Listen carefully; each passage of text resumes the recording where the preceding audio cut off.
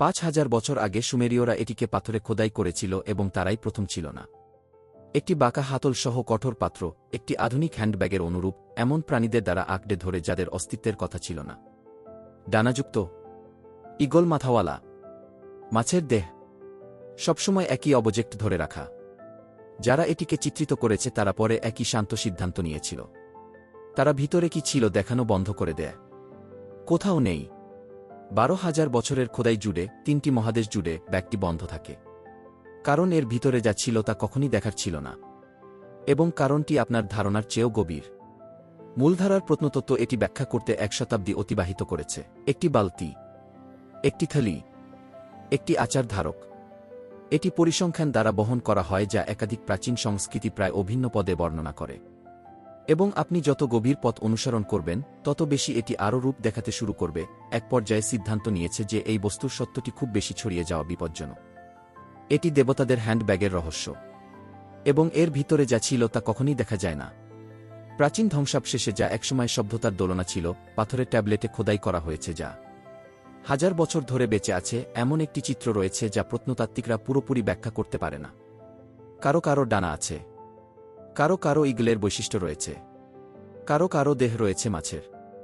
তারা বিস্তৃত হেডড্রেস পরেন, পবিত্র আচার অনুষ্ঠান করে বলে মনে হয়, এবং তাদের হাতে অস্পষ্ট উদ্দেশ্য নিয়ে আঁকড়ে ধরে। তারা এমন কিছু বহন করে যা চমকপ্রদভাবে পরিচিত দেখায়। এটি একটি হ্যান্ডব্যাগের মতো দেখায়। কোনো রুক্ষথলি নয়, সরল বস্তা নয়। একটি বাঁকা হ্যান্ডেল সহ একটি কাঠামোগত, অনমনীয় ধারক, যা আপনি একটি আধুনিক শহরের রাস্তায় দেখতে পারেন এমন কিছুর অনুপাতে অভিন্ন একই বস্তু। মেসোপটেমিয়ান শিল্প জুড়ে বারবার আবির্ভূত হয়, যা প্রাচীন গ্রন্থে মানবতার শিক্ষক হিসেবে বর্ণনা করা হয়েছে। দশক ধরে মূলধারার প্রত্নতত্ত্ব একটি পরিষ্কার ব্যাখ্যা দিয়েছে। এটি একটি বালতি, একটি আচার শুদ্ধিকরণ অনুষ্ঠানে ব্যবহৃত পাত্র। এর চেয়ে রহস্যময় আর কিছুই নয়। কিন্তু একই হ্যান্ডব্যাগের আকৃতি হাজার হাজার মাইল এবং হাজার হাজার বছর দ্বারা পৃথক করা সাইটগুলিতে দেখা যায়। তুরস্কে, এত পুরানো একটি জায়গায় এটি সভ্যতার অনুমিত উদ্ভাবনের পূর্বে ৭,০০০ বছর ধরে। মেক্সিকোতে প্রাচীন মধ্য প্রাচ্যের সাথে কোনো পরিচিত যোগাযোগ নেই এমন সংস্কৃতি দ্বারা খোদিত। প্রাচীন মিশরীয় প্রতীকবাদে বিশ্বজুড়ে ছড়িয়ে ছিটিয়ে থাকা ঐতিহ্যে একই বস্তু, একই আকৃতি, ঐশ্বরিক প্রাণীদের সাথে একই সম্পর্ক যারা মানবতার কাছে জ্ঞান এনেছিল। নাকি অন্য কিছু চলছে? গল্পের শুরু প্রাচীন মেসোপটেমিয়ায়, টাইগ্রিস এবং ইউফ্রেটিসের মধ্যবর্তী ভূমি যা এখন আধুনিক ইরাক। এখান থেকেই মানব সভ্যতার সূচনা হয়েছিল বলে কথিত আছে। প্রথম শহরগুলো, প্রথম লেখা। এই অঞ্চল থেকে প্রায় ৬,০০০ বছর আগে মানুষের উন্নতির ভিত্তি গড়ে উঠেছিল। সুমেরীয়রা এই সভ্যতার প্রথম নির্মাণ করেছিল। তারা তাদের আইন, তাদের বাণিজ্য, তাদের সাহিত্য এবং তাদের বিশ্বাসকে নথিভুক্ত করে হাজার হাজার মাটির ট্যাবলেট রেখে গেছে। আবকাল্লু সাধারণ মানুষ ছিল না।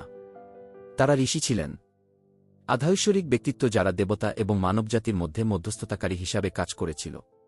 প্রাচীন গ্রন্থে তাদের বর্ণনা করা হয়েছে যারা একটি মহাপ্লাবন পূর্ববর্তী বিশ্বকে ধ্বংস করার পর মানবতাকে সভ্যতা এনেছিল। তারা মানুষকে শিখিয়েছে কিভাবে শহর তৈরি করতে হয়, কিভাবে ফসল চাষ করতে হয়, কিভাবে লিখতে হয় এবং গণনা করতে হয়। তারা আমরা যাকে সভ্যতা বলি সব কিছুর প্রতিষ্ঠাতা। মেসোপটেমিয়ান শিল্পে আবকাল্লু বিভিন্ন রূপে উপস্থিত হয়।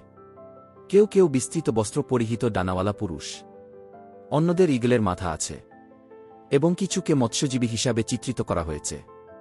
সেই শেষ রূপটি সমস্ত প্রাচীন পৌরাণিক কাহিনীর একটি অদ্ভুত পরিসংখ্যানের সাথে সংযোগ করে। ব্যাবিলনীয় ধর্মযাজক বেরোসাসের মতে খ্রিস্টপূর্ব ৩য় শতাব্দীতে লেখা কিন্তু অনেক পুরনো সূত্র ধরে ওয়ানস প্রাচীনকালে পার্শ্ব উপসাগর থেকে আবির্ভূত হয়েছিল। তার শরীর ছিল একটি মাছের, কিন্তু তার মাছের মাথার নিচে আরেকটি মাথা ছিল। একজন মানুষ, তার মাছের লেজ থেকে মানুষের পা বের হচ্ছিল। দিনের বেলায় তিনি ভূমিতে এসে মানুষকে লিখতে শিখিয়েছিলেন, বিজ্ঞান, কলা, কৃষি, আইন এবং শহর নির্মাণ। রাতে তিনি সমুদ্রে ফিরে আসেন। ওনস এবং আবকাল্লু একই ধারণার প্রতিনিধিত্ব করে। ঐশ্বরিক প্রাণী যারা মানবতাকে সভ্যতা গড়ে তোলার জন্য জ্ঞান দিয়েছেন। তারা হাজার হাজার বছর ধরে মেসোপটেমিয়ার শিল্প জুড়ে উপস্থিত রয়েছে। এবং প্রায় সবসময় তারা সেই হ্যান্ডব্যাগটি বহন করে। আমরা আরও গভীরে যাওয়ার আগে, যদি এই তদন্ত আপনাকে টেনে আনে, তবে এখনই সাবস্ক্রাইব করুন এবং বেল চাপুন। এটি সত্যিকার অর্থে আমাদের ইতিহাসের এই ভুলে যাওয়া কোণগুলিতে খনন চালিয়ে যেতে সাহায্য করে। এবং সেই ব্যাগের ভিতরে কি ছিল সে সম্পর্কে আপনার সেরা অনুমান সহ এখনই একটি মন্তব্য করুন। অফিসিয়াল ব্যাখ্যার একটি নাম আছে। বন্ধুদ্দু শুদ্ধিকরণ অনুষ্ঠানে ব্যবহৃত একটি আচারের বালতি। অ্যাপকাল্লুকে প্রায়শই তাদের অন্য হাতে একটি শঙ্কু আকৃতির বস্তু ধারণ করে চিত্রিত করা হয়, যাকে প্রত্নতাত্ত্বিকরা একটি আচার প্রযোগকারী হিসাবে ব্যাখ্যা করেন, যা পবিত্র আচারের সময় জল বা তেল ছিটাতে ব্যবহৃত হয়। উর্বরতা বা শুদ্ধিকরণের জন্য একটি হাতিয়ার, আর কিছুই নয়। এবং কাগজে এটি একসাথে থাকে। আচার শুদ্ধিকরণ ছিল মেসোপটেমিয়ার ধর্মের কেন্দ্রবিন্দু। বালতি এবং শঙ্কু চিত্রগুলি এমন প্রেক্ষাপটে প্রদর্শিত হয় যা ধর্মীয় অনুষ্ঠানের পরামর্শ দেয়া। যদি আপনি চান সরলতম ব্যাখ্যা, তাহলে এটি ব্যান্ডউড। কিন্তু 3টি সমস্যা দূরে যেতে অস্বীকার করে। প্রথম, এই বস্তুগুলি বহনকারী পরিসংখ্যান সাধারণ পুরোহিত নয়। তারা হলেন আপকাল্লু। এগুলিকে জীবনের গাছের পাশাপাশি চিত্রিত করা হয়েছে, যা মেসোপটেমিয়ার সৃষ্টিতত্ত্বের অন্যতম পবিত্র প্রতীক। তারা সবচেয়ে গুরুত্বপূর্ণ ধর্মীয় স্থানগুলিতে রাজাদের সিংহাসন কক্ষে উপস্থিত হয়। যে প্রাণীরা মানবতাকে লেখা, গণিত এবং আইন শিখিয়েছেন, তাদের কি সত্যিই জলের বালতি বহন করার জন্য স্মরণ করা হবে? প্রতীক সভ্যতার প্রতিষ্ঠাতাদের সাথে সবচেয়ে বেশি সংযুক্ত একটি দার্জানের হাতিয়ার ছাড়া আর কিছুই হবে না। দ্বিতীয়, বস্তুটি নিজেই একটি বালতির মতো দেখায় না। প্রাচীন শিল্পের বালতিতে সাধারণত চৌড়া মুখ বা দৃশ্যমান বিষয়বস্তু থাকে। মেসোপটেমিয়ান হ্যান্ডব্যাগের একটি কঠোর, কাঠামোগত চেহারা রয়েছে। বাঁকা হ্যান্ডেল বহন করার জন্য ডিজাইন করা হয়েছে, ঢালা নয়। অনুপাত একটি বালতির জন্য ভুল, কিন্তু একটি পাত্রের জন্য নিখুঁত, মানে মূল্যবান কিছু রাখা। বহনযোগ্য, এমন কিছু যা আপনি কখনই ছড়াতে চান না। এবং তৃতীয়, সবথেকে ক্ষতিকর, একই চিহ্ন সেই জায়গায় দেখা যায় যেখানে মেসোপটেমিয়ার আচার অনুষ্ঠানগুলি শিল্পকর্মকে প্রভাবিত করতে পারেনি, এবং হয়ে ওঠে অনেক অপরিচিত কিছু। দক্ষিণ পূর্ব তুরস্কে একটি শুষ্ক পাহাড়ের চূড়ায় স্থানীয়রা শতাব্দী ধরে উপেক্ষা করেছিল। প্রত্নতাত্ত্বিকরা শত শত বছরের সবচেয়ে বিঘ্নিত আবিষ্কারের সন্ধান করেছেন। পরিসংখ্যান একটি জটিল আনুষ্ঠানিক সাইট, পরিকল্পনা এবং উদ্দেশ্য নিয়ে নির্মিত, এবং এটা 12,000 বছরেরও বেশি পুরনো। এই তারিখ সবকিছু ভেঙে দেয়। গোবেকলি টেপে কৃষির অনুমিত আবিষ্কারের পূর্বে অন্তত 1000 বছর আগের। এটি মৃৎশিল্পের পূর্ববর্তী। এটা স্থায়ী বসতি পূর্ববর্তী, মানুষের জন্য মনুমেন্টাল স্থাপত্য নির্মাণের জন্য যা কিছু আমরা প্রয়োজনীয় বলে মনে করেছি। ছোট ব্যান্ড, পাথরের সরঞ্জাম, বরফ যুগের শেষ পর্যন্ত সবে বেঁচে থাকা। অত্যাধুনিক শিল্পকর্ম দিয়ে সজ্জিত বিশাল পাথরের সৌধ নির্মাণের জন্য তাদের সংগঠন বা প্রযুক্তিগত জ্ঞান থাকা উচিত নয়। অসম্ভব, আমরা যা ভেবেছিলাম সে অনুযায়ী আমরা জানতাম। এবং এখানেই এটি অপরিচিত। গোবেকলি টেপেতে খোদাই করা সেই বিশাল পাথরের স্তম্ভগুলির মধ্যে হ্যান্ডব্যাগের প্রতীক। একই কাঠামোবদ্ধ পাত্র, একই বাঁকা হাতল, একই অনুপাত। এটি মেসোপটেমিয়ার শুদ্ধিকরণ আচারের জন্য একটি বালতি নয়। গোবেকলি টেপে সুমেরীয় সভ্যতার অস্তিত্বের অন্তত 7000 বছর আগে নির্মিত হয়েছিল। এর সাথে বান্দুদ্দুর কোনো সম্পর্ক ছিল না। মেসোপটেমিয়ার ধর্মের সাথে কিছুই করার নেই। তাহলে এটা কি ছিল? এবং কেন 7000 বছর পরে সুমেরীয়রা ঠিক একই জিনিসটি তাদের পবিত্র শিক্ষকদের হাতে খোদাই করেছিল, যেন এটি সর্বদা গল্পের অংশ ছিল? রহস্য আরও খারাপ হয়ে যায় যখন আপনি মধ্যপ্রাচ্য থেকে সম্পূর্ণভাবে চলে যান। মেক্সিকোতে লা ভেন্তার প্রাচীন ওলমেক সাইটে একটি পাথরের স্মৃতিস্তম্ভ রয়েছে, যা 3000 বছর আগে স্টেলাপিক নামে পরিচিত। একজন পণ্ডিত ব্যক্তি রাষ্ট্রদূতের ডাকনাম করেছেন। তিনি বিস্তৃত আনুষ্ঠানিক পোশাক পরেন এবং মেসো আমেরিকান ধর্মের সবথেকে গুরুত্বপূর্ণ প্রতীক পালকযুক্ত সর্পের সাথে যোগাযোগ করছেন বলে মনে হয়। এবং তার হাতে তিনি একই হ্যান্ডব্যাগটি বহন করেন। প্রাচীন মেসোপটেমিয়ার সাথে ওলমেকের কোনো যোগাযোগ ছিল না। কোনোটিই নয়।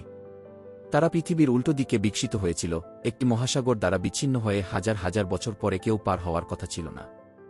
তাদের লেখার পদ্ধতি, তাদের ক্যালেন্ডার, তাদের ধর্মীয় বিশ্বাস সবই গড়ে উঠেছে স্বাধীনভাবে মধ্যপ্রাচ্যের সভ্যতা থেকে। কিন্তু একই আকৃতি, একই অনমনীয় কাঠামো, একই বাঁকা হাতল। থলটেক সভ্যতা যা পরবর্তীতে এসেছিল একই ধরনের বস্তুকেও চিত্রিত করেছে। প্রাচীন তুলা শহরের চিত্রগুলি হ্যান্ডব্যাগের মতো পাত্রে ভঙ্গিতে বহন করে, যা প্রায় পুরোপুরি মেসোপটেমিয়ান অ্যাপকাল্লুর প্রতিধ্বনি করে। প্রচলিত ব্যাখ্যাটি কাকতালীয় হবে, কিন্তু সেই ব্যাখ্যাটি মুহূর্তেই ভেঙে যায়। আপনি নির্দিষ্ট প্রেক্ষাপটের দিকে তাকান যেখানে হ্যান্ডব্যাগটি উপস্থিত আছে। এটি কখনই সাধারণ বহনের সাথে যুক্ত নয়। এটাকে কখনোই দৈনন্দিন কাজে ব্যবহার করা দেখানো হয় না। এটি সর্বদা ঐশ্বরিক মানুষের হাতে থাকে, সর্বদা জ্ঞানের উৎসের সাথে যুক্ত, সর্বদা সভ্যতা নিজেই শুরু হওয়ার মুহূর্তের সাথে আবদ্ধ। নিউজিল্যান্ডের মাওরি ঐতিহ্যে জ্ঞানের 3টি ঝুড়ি সম্পর্কে একটি মিথ আছে। দেবতা তানে সর্বোচ্চ স্বর্গে আরোহণ করেন এবং 3 টিকেট বা জুডি পান, যাতে বিভিন্ন ধরনের জ্ঞান থাকে। ঐশ্বরিক মানুষ জুডি, জ্ঞান বা সভ্যতা প্রতিষ্ঠা করে। সমান্তরালগুলি হল উপেক্ষা করা প্রায় অসম্ভব। প্রাচীন মিশরে আখ প্রতীক, যা জীবন এবং ঐশ্বরিক শক্তির প্রতিনিধিত্ব করে, কিছু গবেষকদের দ্বারা হ্যান্ডব্যাগের আকারের সাথে তুলনা করা হয়েছে। দেবতাদের প্রায়শই আখ ধরে লুপ ধরে দেখানো হয়, প্রায় একই ভঙ্গিতে যেভাবে অ্যাপকাল্লুরা তাদের হাত ব্যাগ ধরে রাখে। আমরা একাধিক মহাদেশ এবং একাধিক সহস্রাব্দ জুড়ে যা দেখছি তা একটি প্যাটার্ন। ঐশ্বরিক সত্তা, সভ্যতা এবং জ্ঞানের উৎসের সাথে যুক্ত একটি স্বতন্ত্র কন্টেইনার বহন করা। এলোমেলো কাকতালীয় ড্যান্ডম পরিবর্তন হওয়া উচিত। বিভিন্ন সংস্কৃতির উচিত তাদের জ্ঞান আঞ্জনকারীদের বিভিন্ন বস্তুর সাথে যুক্ত করা। পরিবর্তে আমরা একই মৌলিক চিহ্ন বারবার পাই সংস্কৃতি জুড়ে, যেগুলোর একে অপরের সাথে কোনো যোগাযোগ ছিল না। হয় একাধিক সভ্যতা স্বাধীনভাবে একই নির্দিষ্ট ধারণার জন্য একই নির্দিষ্ট প্রতীক উদ্ভাবন করেছে, অথবা একটি সংযোগ আছে মূলধারার প্রত্নতত্ত্ব দেখতে অস্বীকার করেছে, যা এই প্রশ্নের দিকে নিয়ে যায় যে গবেষকরা কয়েক দশক ধরে চক্কর দিচ্ছেন। ব্যাগের ভিতরে কি ছিল? সবচেয়ে রক্ষণশীল তত্ত্ব হল হ্যান্ডব্যাগটি একটি বীজ ব্যাংকের প্রতিনিধিত্ব করে। বিগত বরফ যুগের বিপর্যয়কর শেষের পরে বেঁচে থাকাদের জন্য একটি বিডাল শিল্পের প্রয়োজন হবে। বিধ্বস্ত ল্যান্ডস্কেপ, একটি বহনযোগ্য পাত্রে সংরক্ষিত বীজ এবং কৃষি জ্ঞান অমূল্য হবে। একক সবচেয়ে মূল্যবান অধিকার বেঁচে থাকা ব্যক্তি বহন করতে পারে। এটি টাইমলাইনের সাথে ঠিক খাপ খায়। গোবেকলি টেপে বরফ যুগের শেষের দিকে তৈরি করা হয়েছিল, সেই সময়কালে যখন কৃষির প্রথম উদ্ভব হয়েছিল। আফহলু শিক্ষা মানবতা চাষ কৌশল সঙ্গে কৃতিত্ব ছিল। যদি হ্যান্ডব্যাগে বীজ এবং জ্ঞান পুনঃসূচনা করার জন্য প্রয়োজনীয় বিশ্বব্যাপী বিপর্যয়ের পরে সভ্যতা ধারণ করে, তবে এর পবিত্র মর্যাদা নিখুঁতভাবে বোঝা যায়। কিন্তু কিছু গবেষক বিশ্বাস করেন যে এটি বীজের চেয়ে আরও উন্নত কিছু ধারণ করেছে। দ্বিতীয় তত্ত্বটি প্রস্তাব করে যে বস্তুটি একটি বহনযোগ্য শক্তির উৎস ছিল। এটি একটি প্রশ্ন থেকে আসে, মূলধারার প্রত্নতত্ত্ব সত্যিই উত্তর দেয়নি। প্রাচীন লোকেরা কিভাবে তৈরি করেছিল? তারা যে প্রযুক্তিটি তাদের কাছে ছিল তা দিয়ে তারা কি তৈরি করেছিল? গোবেকলি টেপেতে বিশাল পাথর, মেসোপটেমিয়ার আর্কিটেকচারের সার্জিক্যাল নির্ভুলতা, এটি সমস্ত ক্ষমতার দিকে ইঙ্গিত করে যা আমরা করতে পারি না। যদি হ্যান্ডব্যাগে এমন একটি প্রযুক্তি থাকে যা আমরা বুঝতে পারি না এমনভাবে পদার্থ বা শক্তিকে হেরফের করতে পারে, তবে এটি বস্তুর পবিত্র মর্যাদা এবং মানবতাকে গড়ে তুলতে শেখানো প্রাণীদের সাথে এর সংযোগ উভয়ই ব্যাখ্যা করবে। জ্ঞান প্রবাহকারীরা কেবল তথ্য বহন করত না, তারা এটিকে বাস্তব করার জন্য সরঞ্জাম বহন করছিল। তৃতীয় তত্ত্বটি আরও অনুমানমূলক। হ্যান্ডব্যাগে একটি জেনেটিক টুলকিট ছিল। একাধিক সংস্কৃতির প্রাচীন গ্রন্থগুলি মানবতা সৃষ্টি বা পরিবর্তনকারী দেবতাদের বর্ণনা করে। আকৃতি, মানুষ নির্দিষ্ট উদ্দেশ্যে। সুমেরীয় সৃষ্টির পৌরাণিক কাহিনীগুলি দেবতাদের রূপদান। মানুষকে ঐশ্বরিক রক্তে মিশ্রিত কাদামাটি থেকে বর্ণনা করে। বিশ্বব্যাপী ঐতিহ্যে অনুরূপ থিমগুলি উপস্থিত হয়। কি হবে যদি সেই পুরাণগুলি প্রকৃত জেনেটিক পরিবর্তনের স্মৃতি সংরক্ষণ করে?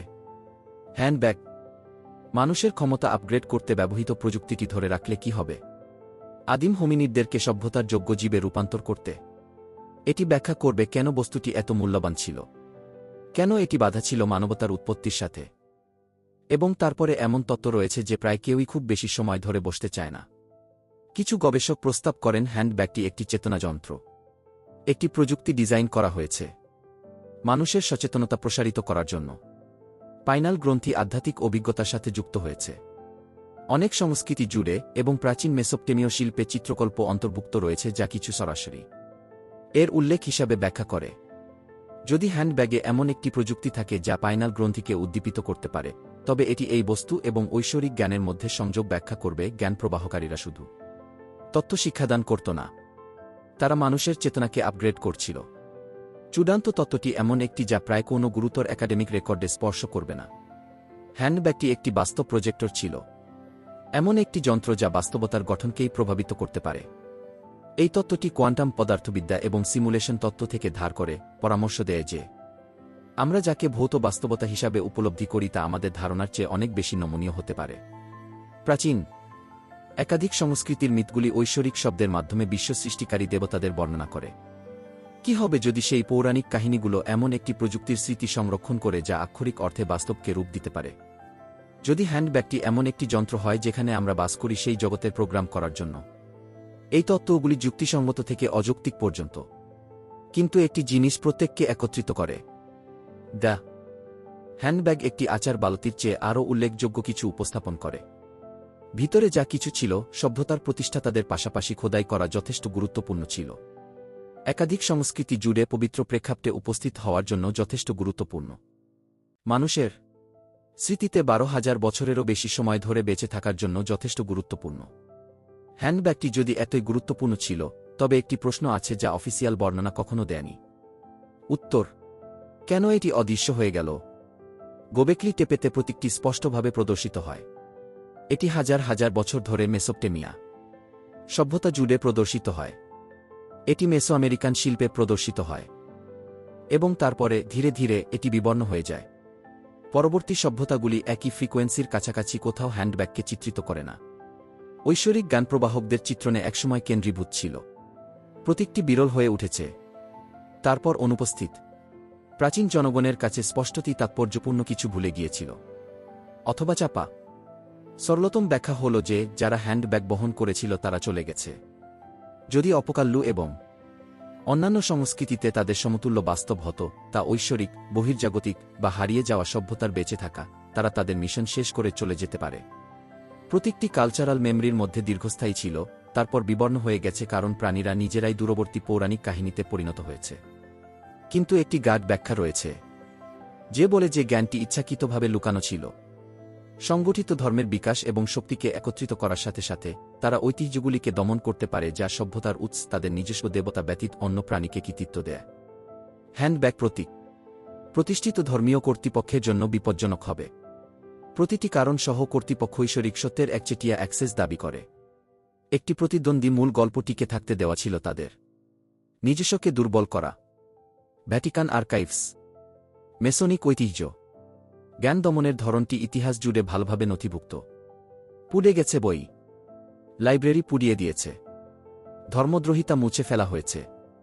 কেউ কেউ আরও এগিয়ে যান, পরামর্শ দেন যে হ্যান্ডব্যাগের প্রকৃত প্রকৃতি আধুনিক সময়ে পুনরুদ্ধার করা হয়েছে এবং সামরিক ও গোয়েন্দা সংস্থার দ্বারা নির্বে জনসাধারণের রেকর্ডের বাইরে রাখা হয়েছে। কিন্তু সবচেয়ে বড় চিত্রটি বোঝার জন্য আপনাকে আরও অনেক পিছিয়ে যেতে হবে। হ্যান্ডব্যাগ বহনকারী প্রাণীগুলি যদি এলিয়েন না হয় তবে কি হবে? অলৌকিক অর্থে দেবতা নয়, কিন্তু একটি ধ্বংসপ্রাপ্ত মানব সভ্যতার বেঁচে থাকা ব্যক্তিরা যা আগে বিদ্যমান ছিল না। এই ধারণাটি গত 20 বছরে সত্যিকারের আকর্ষণ অর্জন করেছে। ইন্টারনেট তাত্ত্বিকদের কারণে নয়, মানব সভ্যতার মানব সময়রেখা অসম্পূর্ণ বলে প্রমাণের কারণে। গোবেকলি টেপে প্রমাণ করেছেন যে জটিল স্মৃতিস্তম্ভ নির্মাণের অস্তিত্ব হাজার হাজার বছর আগে কেউ ভেবেছিল। ভারত ও জাপানের উপকূলে পানির নিচের ধ্বংসাবশেষগুলি প্রস্তাব করে যে একসময় উন্নত জনবসতি বিদ্যমান ছিল যেখানে এখন শত শত ফুট পানির নিচে তলিয়ে গেছে। জলবায়ু বিজ্ঞান নিশ্চিত করেছে যে বরফ যুগের সমাপ্তি গ্রহের স্কেলে বিপর্যয়মূলক ঘটনা জড়িত।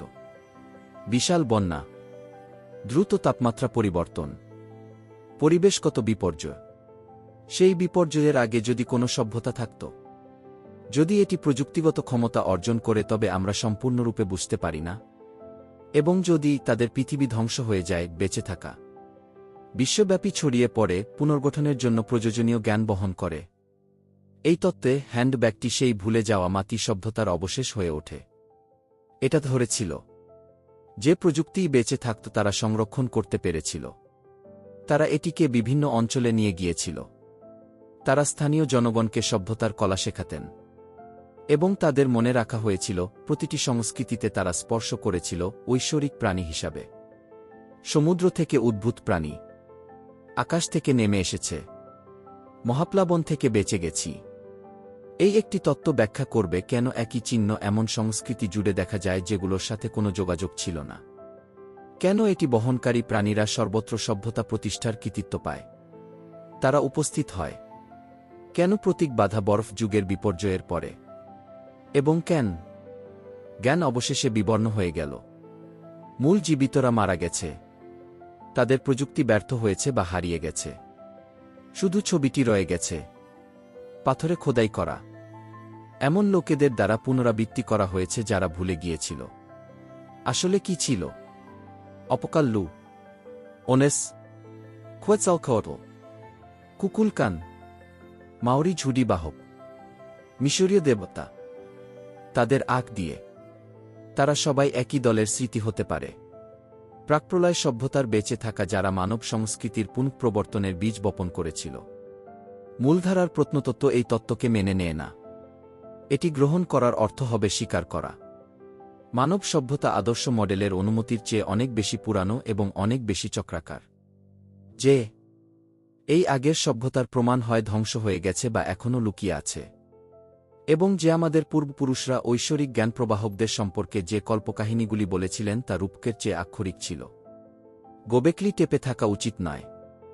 এটা করে প্রাচীন গ্রন্থগুলি বর্ণনা করে প্রযুক্তি যা সম্ভব হয়নি। বর্ণনা নির্দিষ্ট, সামঞ্জস্যপূর্ণ। সংস্কৃতি জুড়ে পুনরাবৃত্তি। হ্যান্ডব্যাগ প্রতীকটি সভ্যতা জুড়ে প্রদর্শিত হয় যেগুলি স্বাধীনভাবে বিকাশ করা উচিত ছিল, এবং এটি আছে। কিছু সময়ে স্ট্যান্ডার্ড মডেল সমর্থন করার জন্য অসামঞ্জস্যের ওজন খুব ভারী হয়ে ওঠে, এবং এটি আমাদের রহস্যের চূড়ান্ত, সবচেয়ে অস্বস্তিকর অংশে নিয়ে আসে। দি হ্যান্ডব্যাগটি একটি পূর্ববর্তী সভ্যতার উন্নত প্রযুক্তির প্রতিনিধিত্ব করে, এবং সেটি সভ্যতা বিপর্যয়ের দ্বারা ধ্বংস হয়ে যায়। একটি বিরক্তিকর প্রশ্ন উঠে আসে, হ্যান্ডব্যাগে থাকা প্রযুক্তিটি কি বিপর্যয়ের সাথেই যুক্ত ছিল? প্রাচীন বিশ্বের একাধিক সংস্কৃতির বর্ণনা দেয়। প্রাচীন সংস্কৃতির বর্ণনা বন্যার মাধ্যমে, আগুনের মাধ্যমে, ঐশ্বরিক বিচারের মাধ্যমে। পণ্ডিতরা সাধারণত এই গল্পগুলিকে আদিম প্রাকৃতিক দুর্যোগ ব্যাখ্যা করার প্রয়াস হিসেবে পড়েন। কিন্তু কি হবে যদি তারা একটি প্রকৃত প্রযুক্তিগত সভ্যতার স্মৃতি সংরক্ষণ করে যা নিজেকে ধ্বংস করেছিল? দ্য ইয়াঙ্গার ড্রাইস প্রভাব অনুমান, ক্রমবর্ধমান ভূতাত্ত্বিক প্রমাণ দ্বারা সমর্থিত, প্রস্তাব করে যে পৃথিবী প্রায় 12,000 বছর আগে একটি ধূমকেতুর টুকরো দ্বারা আঘাত করেছিল। প্রভাবগুলি গ্রহের স্কেলে ব্যাপক দাবানল, বন্যা এবং জলবায়ু বিঘ্ন ঘটায়। ডেটিং প্রায় পুরোপুরি বরফ যুগের শেষের সাথে সারিবদ্ধ, এবং সেই সময়ের সাথে যখন গোবেকলি টেপে নির্মিত হয়েছিল, এবং তারপর রহস্যজনকভাবে ইচ্ছাকৃতভাবে কবর দেওয়া হয়। কিন্তু সেই প্রভাবগুলি যদি সম্পূর্ণ প্রাকৃতিক না হয় তবে কি হবে? যদি পূর্ববর্তী সভ্যতার প্রযুক্তি বিপর্যয়ের জন্য অবদান রাখে, যদি হ্যান্ডব্যাগে এমন জ্ঞান থাকে যা পৃথিবীকে ধ্বংস করতে সক্ষম, সেগুলিকে তৈরি করার মতো সহজে, এটি সম্পূর্ণ রহস্যকে ভিন্ন আলোতে ফেলে দেয়া। হ্যান্ডব্যাগ বহনকারী প্রাণীরা ছিল না শুধু উপহার নিয়ে আসছিল, তারা সতর্কবার্তা বহন করছিল।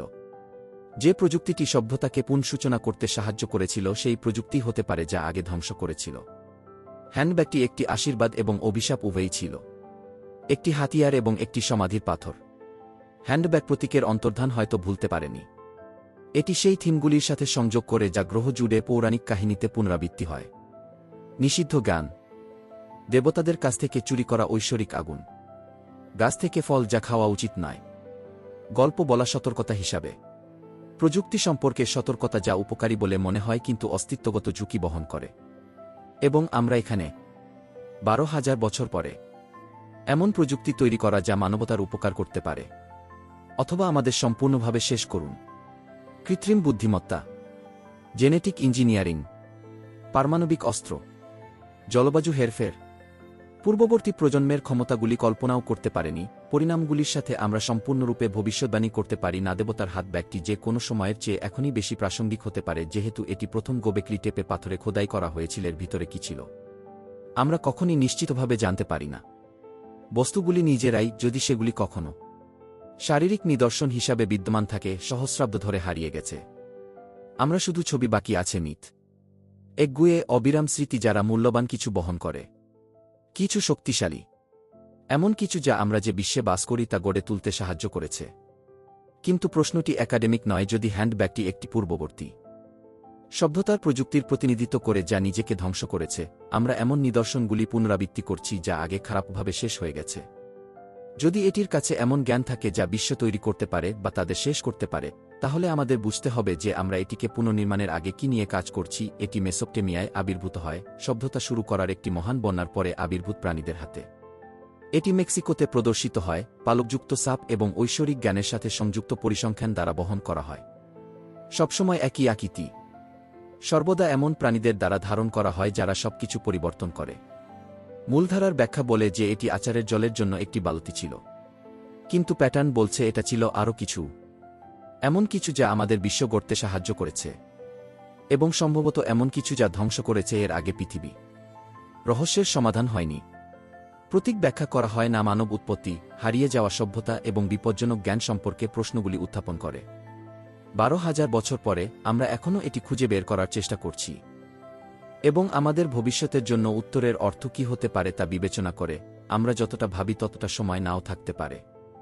তাই আমাকে বলুন, সব কিছুর পরে আপনি এইমাত্র শুনেছেন, আপনার মনে হয় সেই ব্যাগের ভিতরে কি ছিল? একটি বীজ খিলান যা মানবতা আবার শুরু করতে দেয়। একটি অস্ত্র যে আমাদের আগে পৃথিবী শেষ। প্রযুক্তির একটি অংশ আমরা হারিয়েছি এবং আবার আবিষ্কার করতে যাচ্ছি। অথবা একটি সতর্কবাণী আমরা কখনই ডিকোড করতে চাইনি। মন্তব্যে আপনার তত্ত্ব বাদ দিন। কারণ এই গল্পের সবচেয়ে অদ্ভুত অংশটি সবচেয়ে সহজ হতে পারে। উত্তরটি ইতিমধ্যেই পাথর থেকে আমাদের দিকে তাকিয়ে আছে। আমরা এটা কিভাবে পড়তে ভুলে গেছি।